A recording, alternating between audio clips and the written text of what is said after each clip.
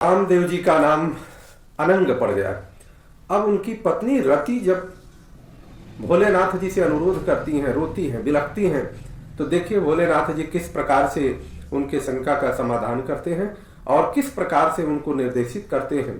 भोलेनाथ जी की इस कथा को सुनने समझने पर प्रत्येक व्यक्ति को, जो भी इसको सुनेगा, समझेगा और अपने अंदर उतारेगा, भोलेनाथ द्वारा निर्देशित विचारों पर चलेगा, उसका जीवन निश्चित रूप से सफल ही होगा। आइए आगे गोस्वामी जी क्या लिखते हैं। जय हिंद साथियों, मैं आपका साथी रघुवंश, संयोजक, विश्व का सबसे लंबा तिरंगा समिति, श्री रामचरितमानस अक्षरशः कथा ज्ञान यज्ञ के अगले दिवस में पृष्ठ संख्या 88, दोहा संख्या 87 से आगे बढ़ रहे हैं। फिर से हम वही बात दोहरा रहे हैं कि पूरा श्री रामचरितमानस अक्षरशः वर्णन यूट्यूब चैनल पर इस पर डाला गया है। कुछ ऐसे भाग थे जिनकी रिकॉर्डिंग नहीं हो पाई थी, जिसको हम पुनः आप लोगों के सामने प्रस्तुत कर रहे हैं। और सुनिए कि किस प्रकार से हमारे शास्त्र में कितनी सुंदरता और श्रेष्ठता के साथ शास्त्र की विशिष्टता है, मानव जीवन की विशिष्टता है। जिस प्रकार से व्यवहारिक रूप से हम अपने जीवन को बिता सकते हैं, उस प्रकार से हमारा शास्त्र है और हमको समझने की बस आवश्यकता है।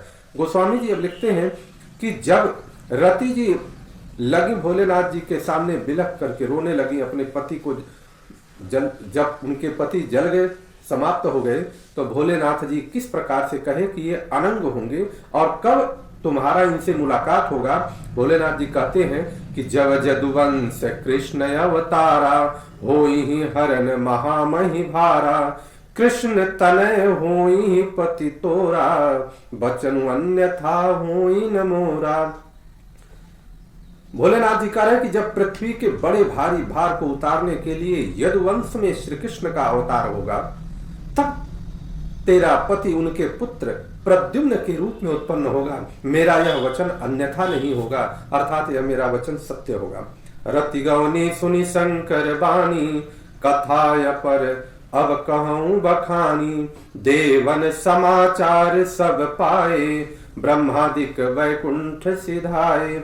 शिव जी के वचन सुन करके अब रति जी अपने स्थान को चली गई और देवता भी विशेष प्रकार से उनका गुणगान करते हुए अपने अपने धाम को चले गए। देवताओं ने ये सब समाचार सुने तो वे वैकुंठ को अब गए, और वैकुंठ में क्या होता है, सब सुर विष्णु विरंचित समेता, गए जहां शिव कृपा निकेता। फिर वहां से विष्णु और ब्रह्मा सहित सब देवता वहां गए जहां कृपा के धाम शिव जी थे। पृथक पृथक तिन्ह कीन्हि प्रशंसा, भय प्रसन्न चंद्र अवतंसा। सारे देवता भगवान विष्णु और ब्रह्मा जी को लिए हुए सभी देवता अलग अलग प्रकार से भोलेनाथ जी की प्रशंसा करने लगे, शिव जी की प्रशंसा करने लगे। अब बोले कृपा सिंधु वृष केतु, कहूं अमर आए के हेतु, कह विधि तुम प्रभु अंतर जामी, अतदपि भगति बस बिनवहु स्वामी। कृपा के समुद्र शिव जी बोले, हे देवताओं, कहिए आप किस लिए आए हैं। ब्रह्मा जी ने कहा, हे प्रभु, आप अंतर्यामी हैं। तथापि हे स्वामी, भक्तिवश मैं आपसे विनती करता हूँ। क्या विनती? ब्रह्मा जी विनती कर रहे हैं क्या कि सकल सुरन के हृदय अस, शंकर परम उछाहूं, और निज नैन देखा चाहे, नाथ तुम्हार विवाह। अभी और कुछ नहीं कह रहे हैं, ब्रह्मा जी कह रहे हैं कि हे शंकर जी, सब देवताओं के मन में ऐसा परम उत्साह है कि हे नाथ, वे अपनी आंखों से आपका विवाह देखना चाहते हैं। यह उत्सव देखिए भरि लोचन, सोई कछु करहूं मदन मद मोचन, कामु जारी रति कहूं बरु दीन्हा, कृपा सिंधु यह अति भल कीन्हा। हे कामदेव के मद को चूर करने वाले, आप ऐसा कुछ कीजिए जिससे सब लोग इस उत्सव को नेत्र भर देख सकें। हे कृपा के सागर, कामदेव को भस्म करके आपने रति को जो वरदान दिया सो बहुत ही अच्छा किया। सासती, अब कह रहे ब्रह्मा जी कि सासती करी पुनि कर ही पसाऊं, नाथ प्रभु न कर सहज सुभाऊं, पार्वती तपु कीन है अपारा, करहूं तासु अब अंगीकारा। हे नाथ, श्रेष्ठ स्वामियों का यह सहज स्वभाव ही है कि वे पहले दंड देकर फिर कृपा किया करते। पार्वती ने अपार तप किया है, अब उन्हें अंगीकार कीजिए। सुनि विधि विनय समुझि प्रभु वाणी, ऐसे यूं कहा सुख मानी। तब देवन दुंदुभी बजाई, बरसी सुमन जय जय सुर साई।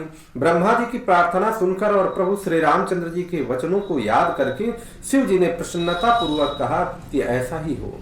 तब देवताओं ने नगाड़े बजाए और फूलों की वर्षा करके जय हो भोलेनाथ जी की जयकार करने लगे। देवताओं के स्वामी की जय हो ऐसा कहने लगे। खूब जयकार भोलेनाथ का होने लगा। अवसर जान सप्तऋषि आए, तुरत ही विधि गिरि भवन पठाए। उचित अवसर जानकर सप्तऋषि आए और ब्रह्मा जी ने तुरंत ही उन्हें हिमांचल के घर भेज दिया।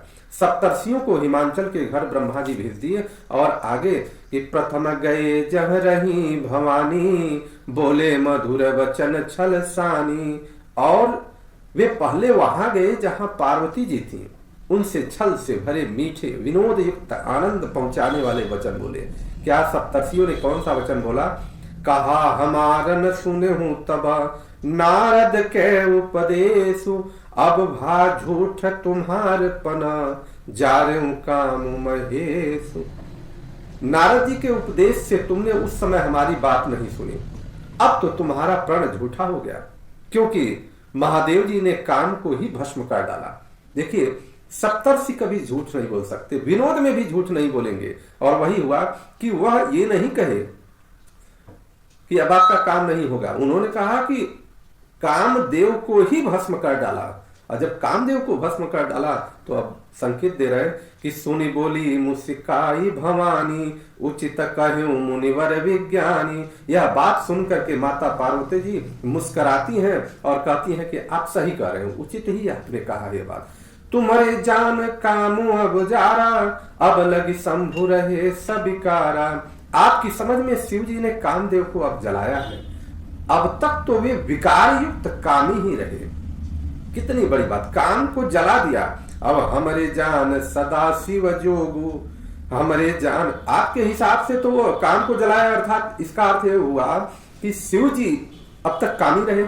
लेकिन मैं क्या जानती हूं कि हमारे जान सदा शिव जोगी, अजय अनवध्य कामय भोगी। किंतु हमारी समझ से तो शिव जी सदा से ही योगी थे, अजन्मा थे, अनित्य, काम रहित और भोगहीन है, ऐसा शिव जी हमारी जानकारी में है। जो मैं शिव से ये यस जानी, प्रीति समेत कर्म मम वाणी। प्रीति समेत कर्म मन वाणी। यदि मैंने शिव जी को ऐसा समझकर ही मन वचन और कर्म से प्रेम सहित उनकी सेवा की है, तो हमारे पन सुनहु मुनीसा, करी है सत्य कृपा निधि सा। तो हे मुनीश्वरों सुनिए, वे कृपा निधान भगवान मेरी प्रतिज्ञा को सत्य करेंगे। तुम जो कहा हर जारू मारा, असोयति बड़ अविवेक तुम्हारा।